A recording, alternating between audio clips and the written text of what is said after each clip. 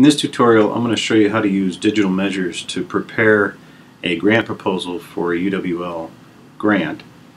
And to begin with, I'm going to show you what my desktop looks like. Here I've got a series of documents. This is my project narrative, my budget narrative, and my budget, all saved as PDFs. I started with the Excel spreadsheet that I got from the grants page and created my budget, did all the math, saved it as a PDF. I'm going to need those when I get into Digital Measures. When you log into Digital Measures, you see a screen similar to this, and if you scroll to the bottom, there's a Manage Grant Proposals button. By clicking on that, I can see past proposals that I've submitted and also create a new one. Here I just fill in the blanks and select the right items from the pull-down menu. So for example, if I was going after a faculty research grant, I would choose scholarship from a UWL grant and faculty research grants, etc., filling in the information that is specific to my proposal. One thing to note is the dates are important within Digital Measures. This will kind of dictate what shows up on later reports that you might run, reports like retention, promotion, annual activities. So be sure to get pretty close with these dates. On the project dates, your request for proposals might dictate what to put in here. If you're doing a faculty research grant, for example, and the work is going to occur in the next fiscal year, then it's recommended that you put the start date as the fiscal year start, so that would be 2013, July 1st, and that the end date would then be the end of that fiscal year. So that would be those dates there.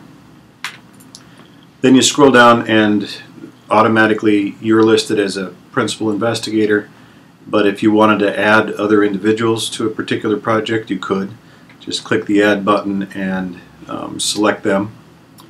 If you scroll down a little further, you see there's a place where you can insert the amount of your total budget.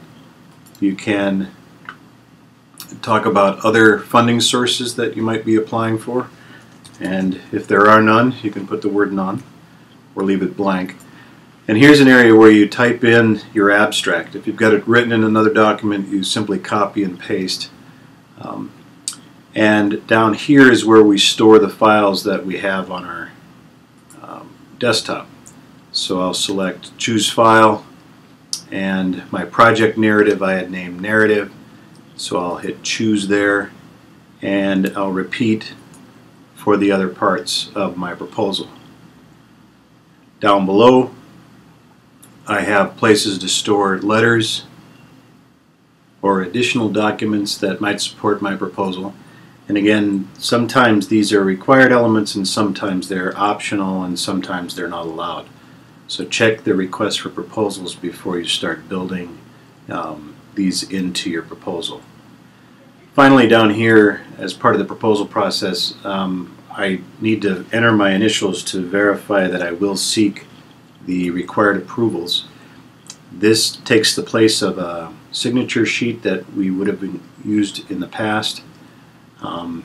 We just basically trust that you will seek the required approvals, and you put in your initials to indicate that you understand it's your responsibility. And then below this horizontal line is some information that would help you keep track of this proposal as time goes on. So as time goes on, you'll switch this from currently under review, say, to funded or not funded, so that in future reports it's recorded properly what happened with this. If you receive an award letter, you can place it here, and the amount you receive in funding might be different than your proposal, so you can store that here. And then when the project's over, if it was funded, you can store your final report here as well. This gives you a way to catalog everything that is involved in this grant as it plays out over time. So I'll fill in the rest of my information here, perhaps typing in more of an abstract, getting these dates correct. And then I'll hit save and return, and this will return me back to a list of the items that I've entered into Digital Measures, and I'm now ready to run a report. If I hit Run Custom Reports, this will bring me to my list of reports that I can run within Digital Measures. And what I want to make sure to select is the Generate Grant Proposal, and then I'll hit Select Report, and this will bring up again a list of dates for me to select, and I want to make sure I hit one of the dates in this year to grab that proposal that we're putting together. These dates ought to work just fine. Down here I'll leave this as HTML and as letter, and then I'll simply hit Build Report. And it tells me that my report has been generated. And now I'll show you what that looks like. So this is what the report looks like. It again just presents the information that we placed into the screen in a nicely formatted way. I didn't put in much of an abstract, but your text would all come in through here. The dollar amounts and anything we entered into any of those fields would show up, including links to our major documents, our narrative, budget, and budget narrative. And if we'd included any, we would see links to the letters of support and additional materials or supporting documents. This then is a single file. It's an HTML file, and this is what you would submit for consideration. You could send this to your department chair if the department chair wants to review it in this format, or when you're ready to submit, you can send it to grants@uwlx.edu and just attach it as an email. This is what the committee would see as they reviewed it, and they would have access to these files. If you have any questions about this, contact the Office of Research and Sponsored Programs, and I hope you find this tutorial helpful.